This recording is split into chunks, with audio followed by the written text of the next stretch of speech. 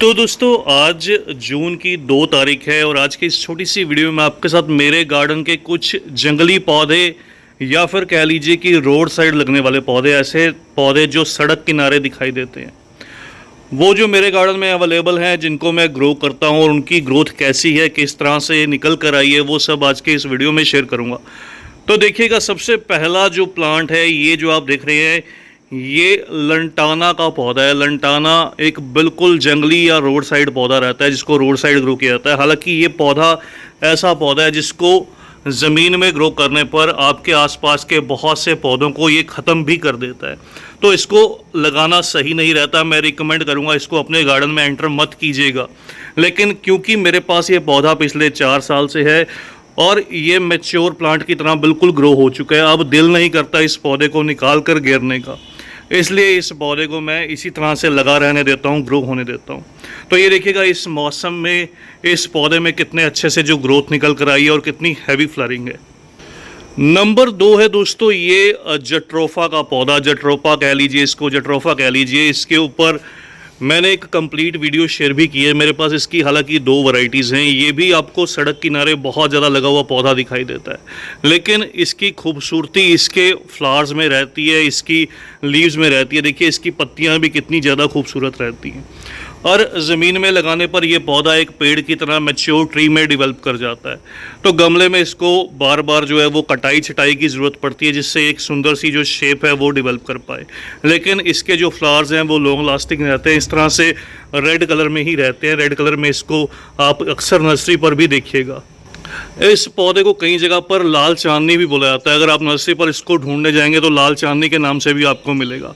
तो ये बहुत खूबसूरत सी ऑप्शन है आपके गार्डन के लिए। इस तरह से ये जट्रोफा का प्लांट रहता है। अब उसके बाद नंबर 3 है दोस्तों, ये ऑस्ट्रेलियन ओक बोलते हैं इसको, वैसे ओक का पेड़ भी बोलते हैं और ओक ट्री किसी नाम से आपको नर्सरी पर मिल सकता है। ये देखिए इस तरह से इसकी पत्तियां रहती है। मैंने इन पौधों पर जो सेपरेट वीडियोज़ हैं, कंप्लीट जो वीडियोज़ हैं, वो शेयर भी किए हैं।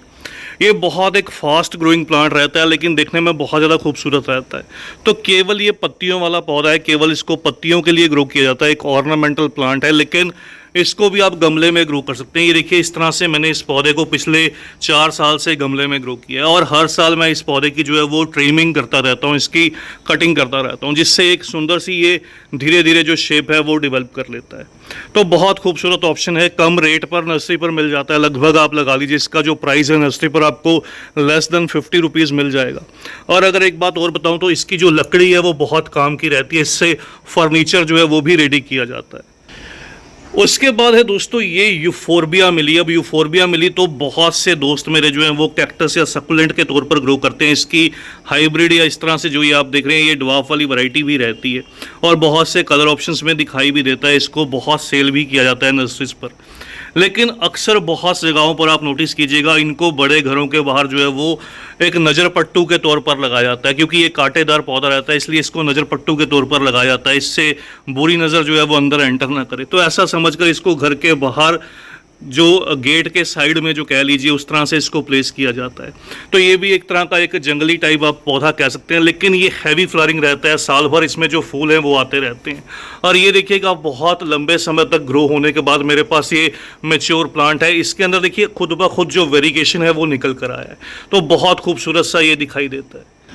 फिर नेक्स्ट जो प्लांट रहता है दोस्तों, ये फाइकस का रहता है। फाइकस तो खैर रोड साइड बहुत ज़्यादा ग्रो किया जाता है और कॉमनली अवेलेबल प्लांट भी है। फाइकस में बहुत सी वैरायटीज़ रहती हैं। ये जो आप देख रहे हैं ये सफारी फाइकस है, वेरीगेटेड इसकी पत्तियां रहती हैं, तो बहुत खूबसूरत सी ऑप्शन है। ये देखिए कितना सुंदर इसमें वेरीगेशन रहता है। मेरे पास ये जो प्लांट है ये पिछले 1 से 1.5 साल से है और ये देखिए इसमें कितने अच्छे से जो कैनपी है वो डेवलप होना स्टार्ट हुई है। दूसरी फाइकस की ये जो वेरीगेटेड वाली वैरायटी है, जिसको ब्लैक बेंजामिन भी बोला जाता है, इस तरह से देखिए इसका भी जो वेरीगेशन है वो कितना खूबसूरत है। तो ये बॉन्साई के लिए भी परफेक्ट पौधे रहते हैं। कहने को ये रोड साइड लगने वाले पौधे हैं, लेकिन देखने में बहुत ज़्यादा खूबसूरत और बिल्कुल हार्डी प्लांट है, इसलिए इन पौधों को ज़रूर ग्रो कीजिएगा।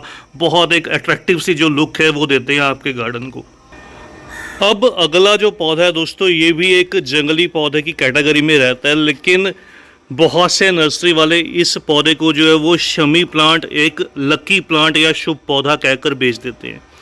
एक्चुअल में ये जो पौधा है दोस्तों, ये वीर तरु का पौधा है, ये वीर तरु का प्लांट रहता है। शमी प्लांट जो रहता है वो इससे डिफरेंट रहता है। मैंने एक वीडियो शेयर भी की थी शमी प्लांट और वीर तरु को लेकर, किस तरह से इसकी पहचान की जाए। देखने में इसके जो फ्लावर्स हैं वो लगभग सेम दिखाई देते हैं, तो उसमें धोखे में मत रहिएगा कि ये शमी का पौधा है। हालांकि ये खूबसूरत पौधा रहता है लेकिन कांटेदार रहता है, इसमें कांटे बहुत बड़े बड़े रहते हैं जिससे कि ये हाथों में लग भी सकता है। और दूसरी बात, इसको एक बॉन्साई के लिए भी डेवलप किया जा सकता है, इसलिए इस पौधे को ग्रो भी किया जा सकता है। तो आपकी पर्सनल चॉइस है आप क्या करना चाहते हैं। तो इस तरह से देखिए इसकी पत्तियां रहती हैं, और मेरे पास ये पौधा पिछले 2 से 3 साल से है। अब ये थोड़ा मैच्योर हो चुका है, ये देखिए इसमें जो ट्रंक है काफ़ी मैच्योर हो चुकी है। और इस मॉनसून के दौरान इस तरह से इसमें जो फ्लावर्स हैं वो निकल कर आते हैं, लगभग सारी गर्मी भर भी आ जाते हैं। अगला जो पौधा है दोस्तों, ये फरकेरिया का पौधा है। फरकेरिया तो आपको अक्सर जो पौधा है ये लगा हुआ दिखाई देता है, गार्डन के अंदर लगा हुआ दिखाई देता है, तो इसको सेंटर स्टेज दी जाती है। वैसे ये एक तरह का कह लीजिए कि कांटेदार पौधा रहता है, इसके ऊपर इस तरह से थोन्स रहते हैं जो चुभते रहते हैं। तो ये भी एक आप सक्कुलेंट कैटेगरी भी कह सकते हैं इसको, या फिर एक जंगली पौधे के तौर पर भी गिन सकते हैं। तो रोड साइड बहुत जगह सड़क किनारे जो चौक तैयार किए जाते हैं उनके अंदर भी इस पौधे को ग्रो किया जाता है, एक इस पौधे को, और दूसरा इस तरह से ये सागो पाम या कंगी पाम को। तो ये दोनों पौधे इस तरह से ही रहते हैं। ये कहने को जंगली पौधे भी हैं, बहुत अच्छे बहुत सुंदर से दिखाई नहीं देते, रोड साइड लगने वाले पौधे रहते हैं, लेकिन फिर भी सभी गार्डनर इन पौधों को जो है वो मोस्टली ग्रो कर लेते हैं। फिर नेक्स्ट जो प्लांट है दोस्तों, ये बोगनविलिया का है। रोड साइड लगने वाले पौधों में सबसे खूबसूरत सी ऑप्शन रहती है बोगनविलिया की, क्योंकि ये बहुत से कलर ऑप्शंस में रहता है, हार्डी रहता है, कम पानी में बहुत अच्छे सर्वाइव करता है और पूरी धूप को अच्छे से टॉलरेट करता है। तो बहुत सी क्वालिटीज़ हैं इस पौधे में, कटिंग से इजीली डेवलप भी कर जाता है। मेरे पास बोगनविलिया के तो खैर बहुत से पौधे हैं, मल्टी ग्राफ्टेड, नॉन ग्राफ्टेड, या फिर जो सिंगल कलर में अवेलेबल रहते हैं, सभी तरह के प्लांट्स हैं। ये देखिएगा, ये मेरा एक मल्टी ग्राफ्टेड है जो अभी खिलना स्टार्ट हुआ है। इस तरह से इसमें 2 कलर्स हैं, एक ये वाइट कलर और दूसरा येलो कलर। तो ये मल्टी ग्राफ्टेड है, बहुत तरह के इसमें ऑप्शंस रहते हैं, आप किसी भी ऑप्शन को ग्रो कर सकते हैं। उसके बाद अगला जो पौधा है दोस्तों, ये एक परफेक्ट जंगली पौधा है या सड़क किनारे लगने वाला पौधा। ये जो आप देख रहे हैं दोस्तों, ये जंगल जलेबी का पौधा है। इसके नाम में ही जंगल जुड़ा हुआ है, तो ये जंगल जलेबी का पौधा रहता है। इसमें हालांकि जो फ्रूट्स हैं वो डेवलप करते हैं। फिर भी अगर बताऊं तो बहुत से गार्डनर इस पौधे को केवल इसकी बोनसाई की डेवलपमेंट के लिए ग्रो करते हैं। हालांकि इस पौधे में भी बहुत से कांटे रहते हैं, थोन रहते हैं, इसकी कटिंग प्रूनिंग थोड़ी सी डिफ़िकल्ट रहती है। तो इसलिए इस पौधे को ना ग्रो करना ज़्यादा बेटर रहता है बजाय कि ग्रो करने से, और बहुत सी ऑप्शन रहती है जिनको आप ग्रो कर सकते हैं।